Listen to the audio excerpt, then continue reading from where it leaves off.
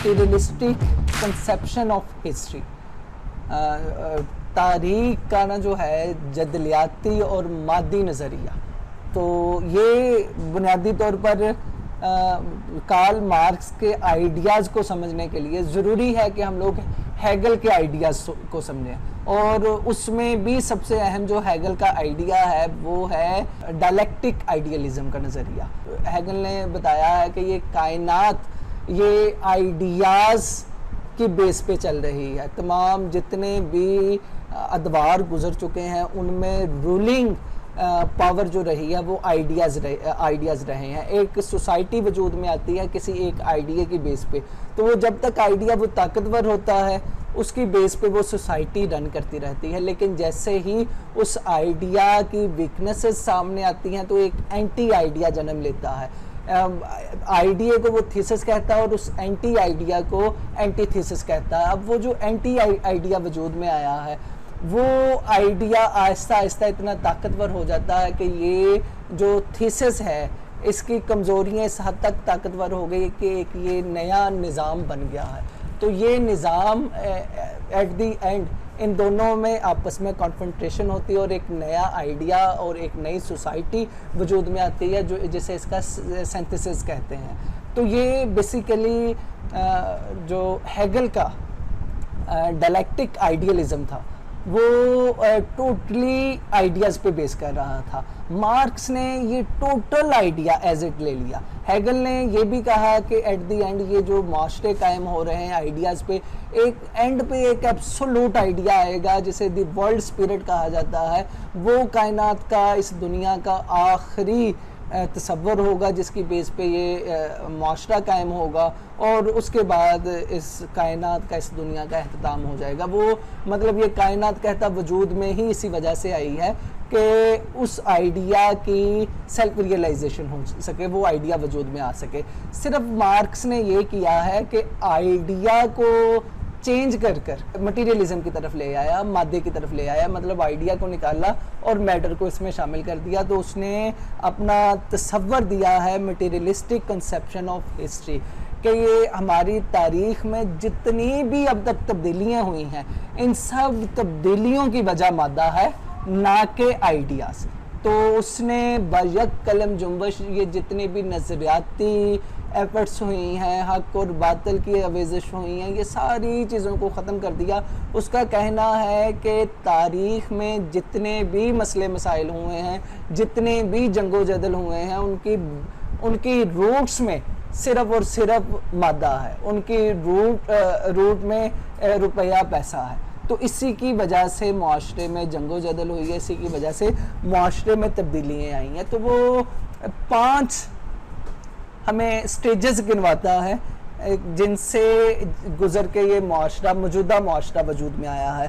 First वो period कहता है प्रिमिटिव कम्युनिज़म, बिल्कुल इब्तदाई कम्युनिज़म जिसमें स्टेटलेस सोसाइटी थी, हर कोई एक दूसरे के इक्वल था, कहीं भी ज़ाती मलकियत का तसव्वुर नहीं था, लोग खुशहाल रह रहे थे। तो वो मार्क्स की नज़र में वो एक आइडियल सोसाइटी थी।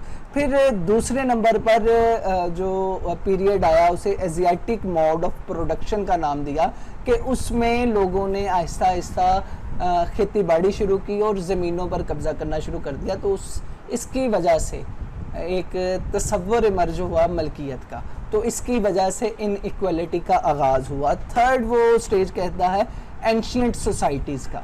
तो एंशियंट सोसाइटीज़ में क्या कि ये जितनी भी दुनिया की एंशियंट सिविलाइजेशंस वो वजूद में आई, बड़ी बड़ी रियासतें वजूद में आई।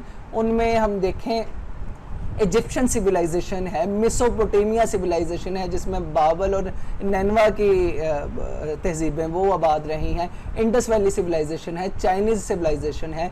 तो इन सिविलाइजेशंस की जो खुसूसियत थी, इसमें जो प्रोडक्शन हुई है, तो उन जो जायद प्रोडक्शन है, सरप्लस प्रोडक्शन है, उसकी बेस पे एक बड़ा तबका वजूद में आया जिसने बड़ी बड़ी रियासतें कायम की और इन जायद प्रोडक्शन की वजह से उन्होंने अपनी स्टैंडिंग आर्मी इस्टेब्लिश की और दूसरे ममालिक पर कब्ज़ा करना शुरू कर दिया। एक बड़ी रियासत इसकी वजह से वजूद में आई। फोर्थ पे फ्यूडल सोसाइटी। फ्यूडल सोसाइटी का क्या अमल में आया, ये मार्क्स के अल्फाज में 5th सेंचुरी से लेकर 16th सेंचुरी तक फ्यूडल सोसाइटी कायम रही। फ्यूडल सोसाइटी में ये कि एक आदमी, एक फ्यूडल लॉर्ड, बहुत बड़ी ज़मीन का मालिक, और वो अपने यहाँ मुलाजिम रखता, किसानों को मुलाजिम रखता, गुलामी का ये दौर था, इसमें गुलाम भी उसके पास थे, तो उनके ज़रिए पैदावार करवाता और ज़ायद पैदावार से अपनी ताकत में इजाफा करता। तो ये फ्यूडल सोसाइटी। और आखिरी जो पीरियड है जो जिसे मार्क्स कहता है कैपिटलिस्ट सोसाइटी। कैपिटलिस्ट सोसाइटी कायम हुई कि लोग एग्री सोसाइटी से निकल कर कैपिटल सोसाइटी में दाखिल हुए। इंडस्ट्रियल रेवोल्यूशन आया, पहले इन्हिसार सबसे ज़्यादा इंसान का ज़राअत पे था, अब मीन्स ऑफ प्रोडक्शन चेंज हुआ और इंडस्ट्री वजूद में आई। तो ये इंडस्ट्रियल मौजूदा दौर में जो है इंडस्ट्रियल सोसाइटी वजूद में आई। तो इसमें दो ही तबकात थे। अब हर इस दौर में वो कहता है कि तबकात रहे हैं सिवाय परमिटिव कम्युनिज्म में, तो बाकियों में तबकात मौजूद रहे हैं।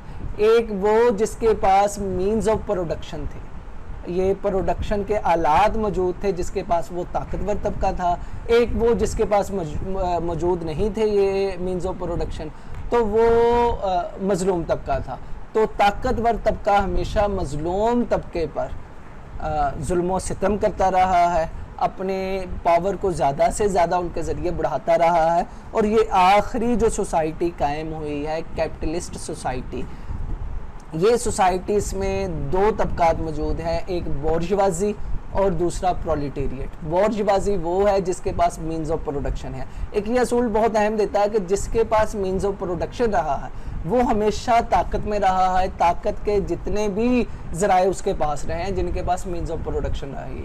और जिनके पास नहीं रही वो हमेशा दूसरा तबका रहा है, जिसे उसने इस दौर में प्रोलिटेरिएट का नाम दिया। और उसने कहा कि ये आखिरी तबका होगा। तो ये उसने वो पूरी अपनी मटीरियलिस्टिक कॉन्सेप्शन ऑफ हिस्ट्री दी है कि जिसमें दो तबकात हैं, एक वो तबका जिसके पास मीन्स ऑफ प्रोडक्शन है और दूसरा वो तबका जिसके पास ये मौजूद नहीं है, मीन्स ऑफ प्रोडक्शन मौजूद नहीं है, ऑप्रेस्ड एंड ऑप्रेसर्स का तबका।